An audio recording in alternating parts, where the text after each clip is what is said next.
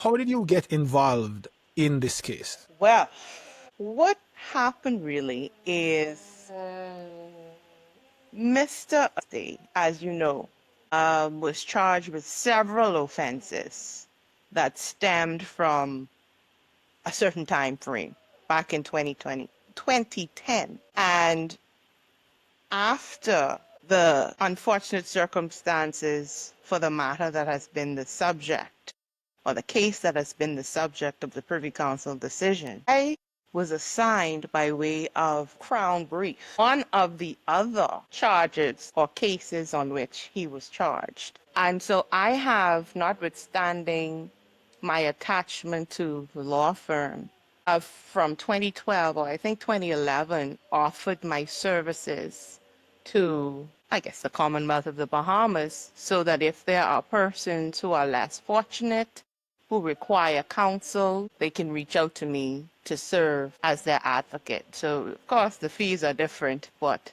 it's at the public's expense. And so it was actually a case that was assigned to me. So for some reason, the universe sent him to me, you know? And what transpired next is why I'm here.